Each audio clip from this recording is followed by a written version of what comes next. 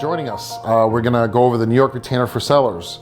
We're going to tell you, thank you for retaining our firm. You may have been referred to myself or my partner, Jessica Villaplana. The whole firm is going to work on your behalf, and that's a benefit to you.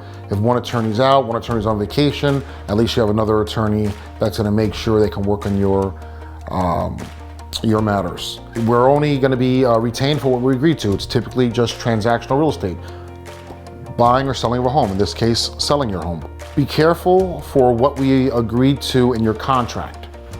The contracts are very specific.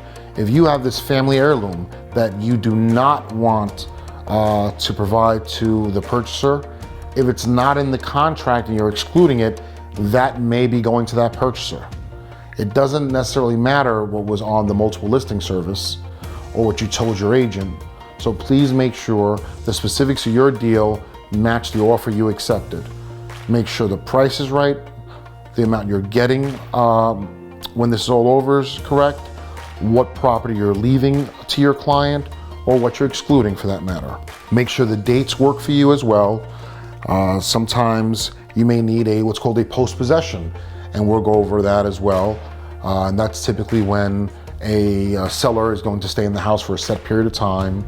There's going to be money typically held back in escrow to ensure there's no damage when you move out. And there's typically a per day penalty if you stay beyond that date. So try to get all those terms agreed to up front. If you have tenants, and I know tenants, you can just tell why I'm saying this to you, I know tenants sometimes may be the greatest people you lived with for the last 10 years. It's a different story when you're telling them that they have to move out. There are new laws in New York when it comes to eviction or vacating a tenant. We can go on that on a case-specific basis, but just know that they require formal notice, and if you don't give it, you may be in default of your contract. So work with us. Maybe we can put some provisions in the contract that state you're going to use best efforts and define what those best efforts are, so that if the tenant does not move out, you're not being sued because you didn't provide a vacant home. We charge a flat fee for our clients. We take $350 at contract signing. So what does that mean? We're not going to charge you until you actually sign a contract. Typically, if that contract dies, we represent you again and just roll over that $350 fee. The balance is only due at closing unless there's a default. And default by you is more, I don't want to sell my home anymore. I can't find that other home I was looking for. Stephen, Jessica, just get me out of this contract. In that case, you would owe us the full amount for the amount of back and forth we're gonna have to do and the work we provided. All my clients, I forgot to mention, do get a free tax preparation. You may really need that when it comes down to if you're subject to capital gains or not, especially with investment properties. We'll talk about that more in other videos and in person, obviously. But you have that benefit of free tax preparation. The only other additional fees are if you want to close with a power of attorney, or if there's some post-closing involvement, meaning post-possession like we spoke about earlier, or maybe some repairs that are going to go on after closing. And lastly, if there's a situation in which you're hiring us on a separate matter to help you clear title, and we agreed to do so. The responsibility to clear title is the seller. It is not the attorney.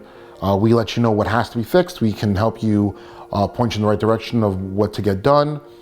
But if you're hiring us to hunt down a 20-year-old ancient mortgage, or old mortgage, I should say, and get you satisfaction for something that someone else was responsible to do, but they didn't, that's on a case-to-case basis. We'll talk about if there's any fee charged or whatsoever. Lastly, just to sum up some things that have nothing to do with your agreement with us, but just some things as a seller I want you to be aware of. Just going back to evictions, we spoke about it. Start them right away if you have to start them. Don't necessarily trust the tenants, no matter how good a relationship you are. Blame me, I'm the mean lawyer.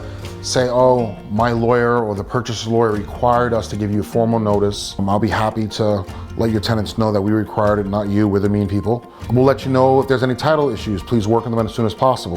You only have a reasonable amount of time to fix title issues. If you have a loan modification in the past, there may be a silent mortgage. Please let us know if you have a loan modification ever, because this may really be the decision of whether you want to proceed or not. Please provide us with a loan payoff letter so we can kind of determine what you're going to walk away with. Closing dates in the contract are typically an on or about date. If you have a closing date of on or about 60 days, that means 60 to 90 days. That means you can close within 30 or you can close within 90. Sometimes you can use that to your advantage. Sometimes the other side can use that to their advantage. And lastly, if there is a legal dispute, even if you're in the right, only a judge can enforce a contract. We can argue on your behalf, we can send nastygrams, we can send letters, but if the other side is not willing to agree, then the only result will be court. Thank you. Hope you found this helpful. Give me a call if you have any questions. If you're enjoying the videos that you've watched today, they're not meant to be a substitution for speaking with your legal professional, but just an educational tool. Thank you.